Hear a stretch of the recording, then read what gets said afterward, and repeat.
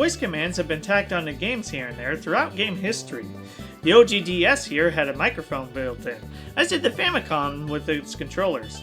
And sometimes the microphone was an accessory, like Xbox Kinect or a headset. Games like Mario Party 6 could even be purchased with a microphone, but the majority of Situation and GameCube games made it largely optional. All that said, there's games out there that took extra emphasis on using voice control in their design. Games that went beyond just trying to use a button press to accomplish something.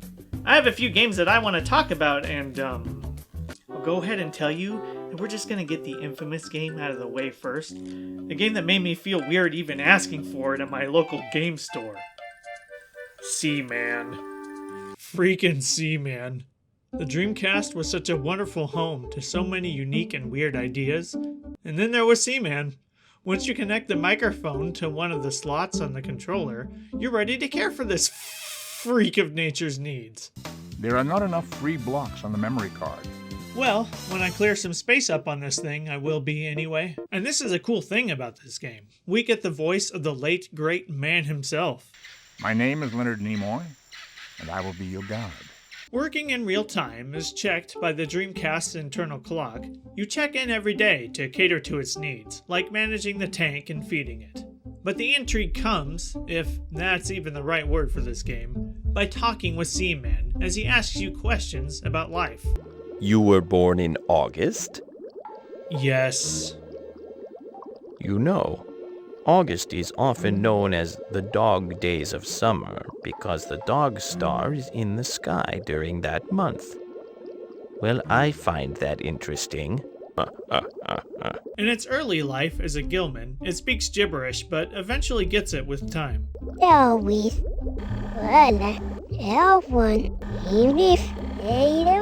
Or at least I thought it was mostly gibberish. I had a suspicion by how it sounded, so I reversed the clips when I was editing this. Turns out a number of these are just backwards. See what? Hello. No what? Feed me. You idiot. Seaman is verbally abusive to you.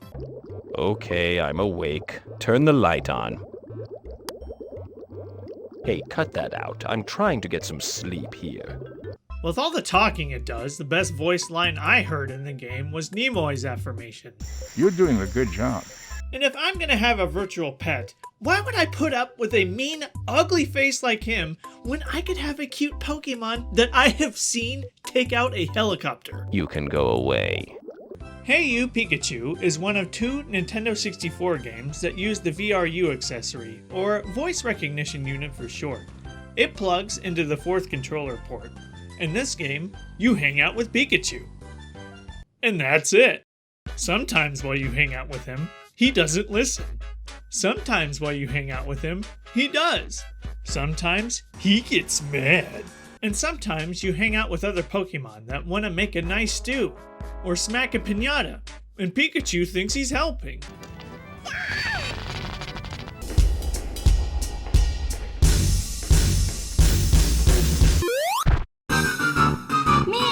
I mean, as far as the voice stuff registering, that's the case for nearly every game I can say in this video. But, in my research, I think the mic can take some of the blame. The mic was tuned to pick up higher frequencies better, since they knew little children would be playing this, and not dudes with huge beards. So, a guy like me has to talk like this to get it to work better. Except that's my bed. You sleep on the floor, I sleep in my bed. Get off of the bed. The other game that used the Nintendo 64 microphone was a kind of long-running series in Japan called N.U.D.E Go, a series where you operate a train. And that mic, while it looks the same, actually detected voices from older people. It's an honorable mention that I had to make, but I'm not equipped to cover it. I'd like to check it out someday, though. Odama. This GameCube game was brought to life by the guy that created Seaman, and developed by the same company as well, Vivarium. It's a pinball game where you guide your troops and get them to defend the giant bell the Diaper Men are carrying to a point on the map. It takes place during the Warring States period of Japan, and all of the voice work in the game is in Japanese. The instruction booklet has something that I've seen no other book have, in that it has this really cool fold-out map of all the battles/levels that take place. This is a tough game. The ball can hurt your own troops, unless you collect a power-up. and the troops you have carry over into the next level. But man, pinball with different objectives and voice controls? That makes for a crazy unique game that's absolutely worth checking out, even if it is hard.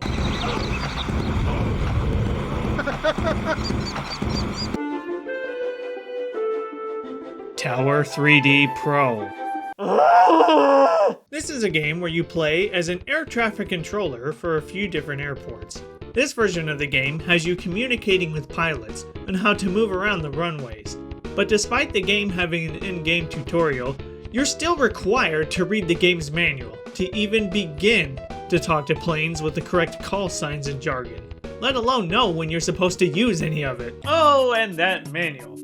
Let us all listen to the ones quite literally on a higher plane of existence. Get it? Because they're in a tower talking to planes?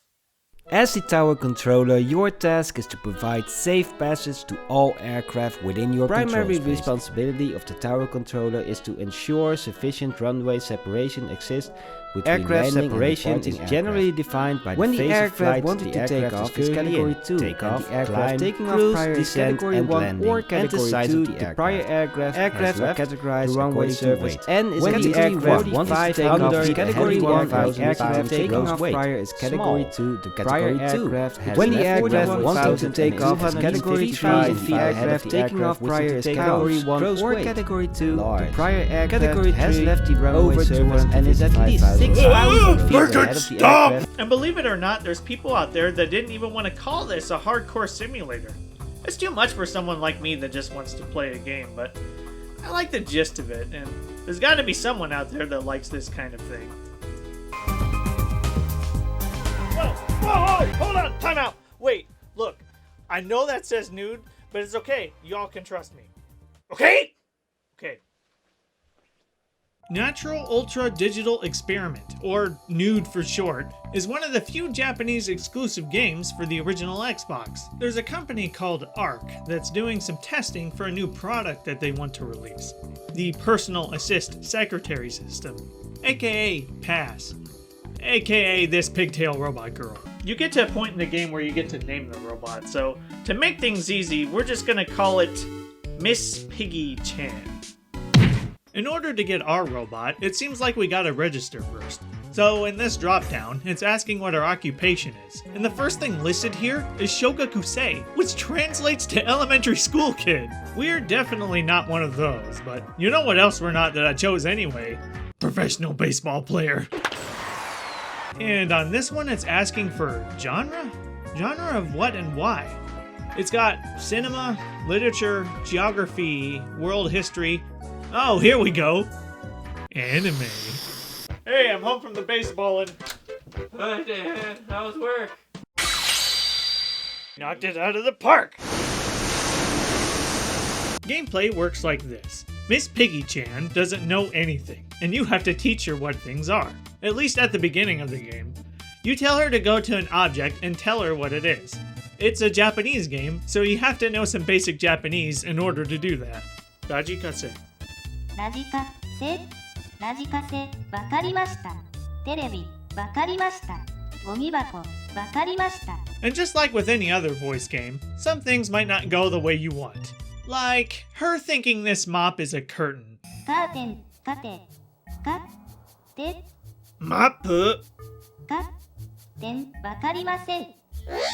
And for the life of me, I couldn't get it through Miss Piggy-chan's head that this was a chair.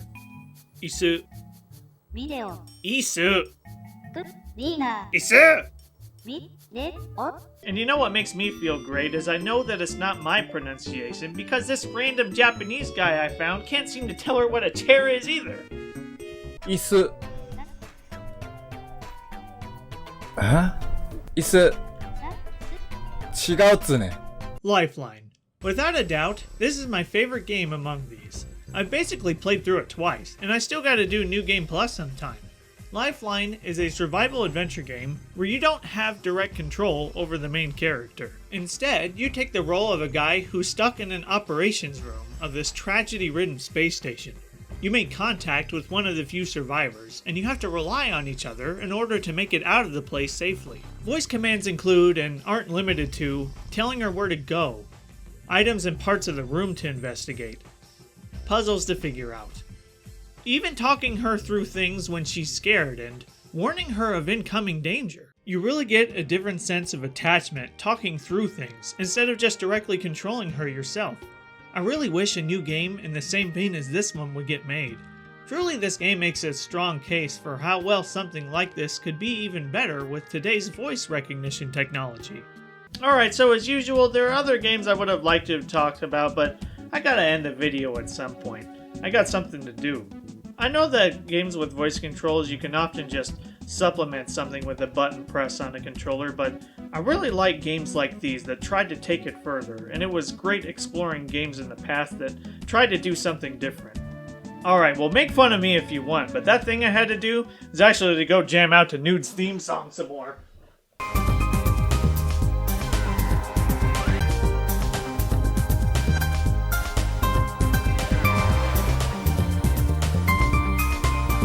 To everyone that stopped by, thanks for watching. If you enjoyed this video, you can let me know by liking it and subscribing. Links to stuff in the description, and the theme of the last video was time and its manipulation in video games. Again, thank you so much for watching this video. This has been Officer Dan reminding you to take it easy.